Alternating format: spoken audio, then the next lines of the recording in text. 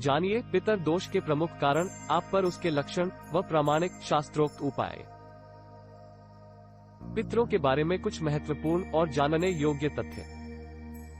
आपने सुना होगा पंडित को कहते हुए, पितृ दोष है आपकी कुंडली में, पितरों को मनाना होगा। सब चीजें इशारा करती हैं किसी ऐसी शक्ति की और जो हमारे ही अग्रज हैं, पूर्वज हैं, जिन्हें भुला दिया गया है और उनके सम्मान में कुछ किया जाना चाहिए।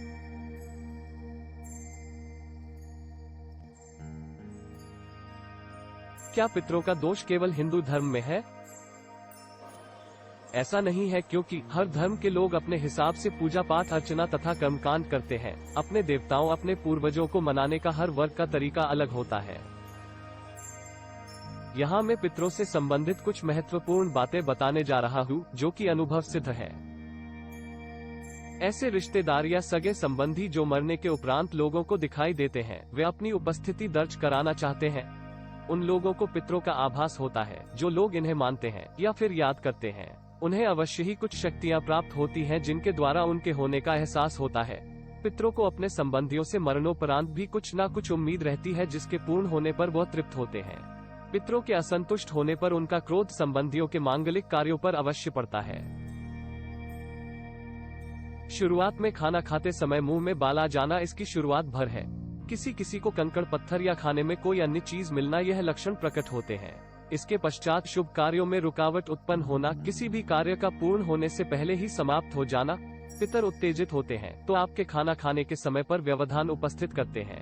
किसी का मुंह खाना खाते खाते अंदर से कट जाता है, बोलते बोलते दांतों में जीभ आ जाती है। अत्यधिक रुष्ट होने पर घर में संकट उपस्थित होते हैं, जैसे संतान का न होना या बार बार गर्भपात। परंतु संतुष्ट होने पर पितरों द्वारा संबंधियों को आशीर्वाद तथा सुख शांति संपन्नता आदि फल भी प्राप्त होते हैं। इसके अतिरिक्त पितर आपके परिवार की बुरी आत्माओं से रक्षा करने में सक्षम होते हैं।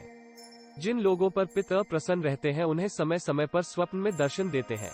यदि पिता नग्न अवस्था में दिखाई दे तो आपके ऊपर आने वाली विपत्ति या दरिद्रता का सूचक होते हैं।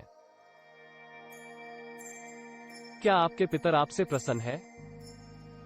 प्रसन्न होने की अवस्था में पितर देव हमेशा प्रसन्नता से दर्शन देते हैं। स्वप्न के माध्यम से कुछ न कुछ आपको देकर जाएंगे, कभी कोई सूचना या फिर दान या वस्तु, परंतु वह आपसे कभी किसी चीज की मांग नहीं करेंगे, केवल आपको देंगे।